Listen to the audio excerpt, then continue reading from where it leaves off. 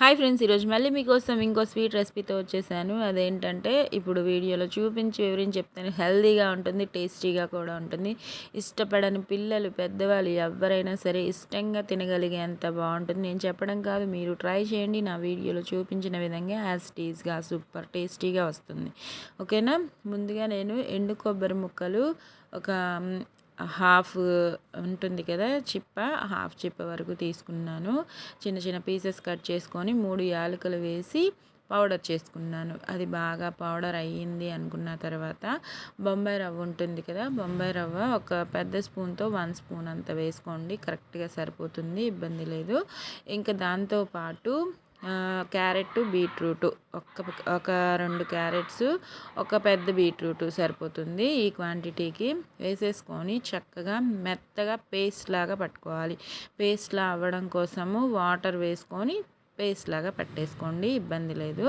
ఇలా పేస్ట్ అయింది అనుకున్న తర్వాత ఈ మిశ్రమంలో మనం కొద్దిగా పాలు వేసుకొని ఒక హాఫ్ అన్ అవర్ దాకా రెస్ట్ ఇద్దాము.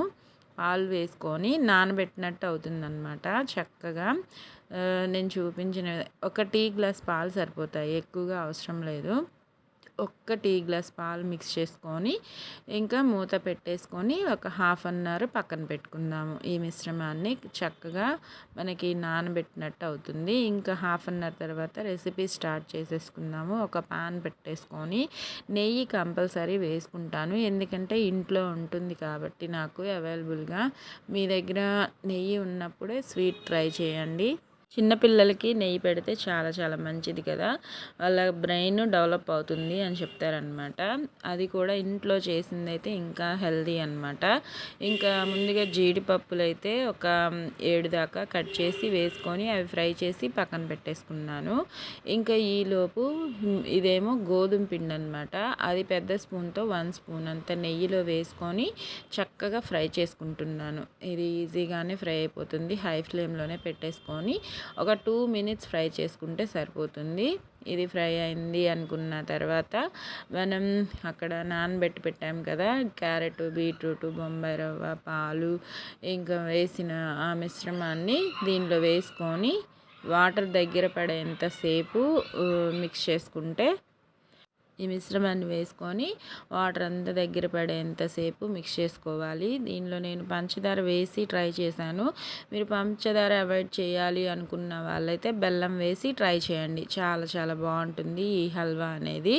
మన పిల్లలు క్యారెట్, బీట్రూట్ తినని వాళ్ళు ఉంటారు కదా, నార్మల్గా కేసరి చేసినట్టు కాకుండా ఇలా చేసి పెట్టండి, చాలా చాలా ఇష్టంగా తింటారు. ఇంకా స్వీట్ తిన్న ఫీలింగ్ కూడా ఉంటుంది. చూసారు కదా, ఇదంతా దగ్గర పడిపోయింది. ఈ టైంలో పంచదార ఒక కప్పు దాకా వేసుకుంటున్నాను. అంటే ఒక కప్పు అంటే ఒక 150 గ్రామ్స్ ఉంటుంది. ఓకేనా. వేసేసుకొని చక్కగా మిక్స్ చేసేసుకొని ఇంకా ఈ పంచదార కూడా బాగా కరిగి పాన్కి అంటుకోకుండా వస్తే మన స్వీట్ రెసిపీ అనేది అయితే పూర్తిగా రెడీ అయిపోయినట్టే. మీకు ఎప్పుడైనా చెప్పే విషయం గుర్తుపెట్టుకోండి, ఏ స్వీట్ అయినా మన పాన్కి అంటుకోకుండా వచ్చిందంటే ఇంకా ఆ స్వీట్ రెడీ అయిపోయింది, దగ్గర పడిపోయింది అని అర్థం. ఇంకా మనం ఫ్రై చేసి పెట్టుకున్న డ్రై ఫ్రూట్స్ మీ దగ్గర ఇంకా ఏమైనా ఉంటే అవన్నీ వేసుకొని సర్వ్ చేసుకోవచ్చు.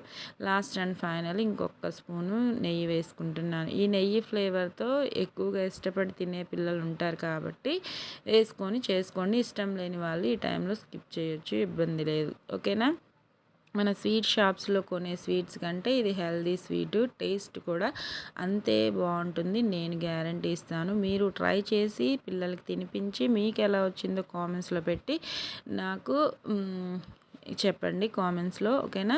నా వీడియో నచ్చితే మాత్రం లైక్, షేరు, కామెంట్ చేయండి. నచ్చితే సబ్స్క్రైబ్ చేసుకోండి. Thank you for watching.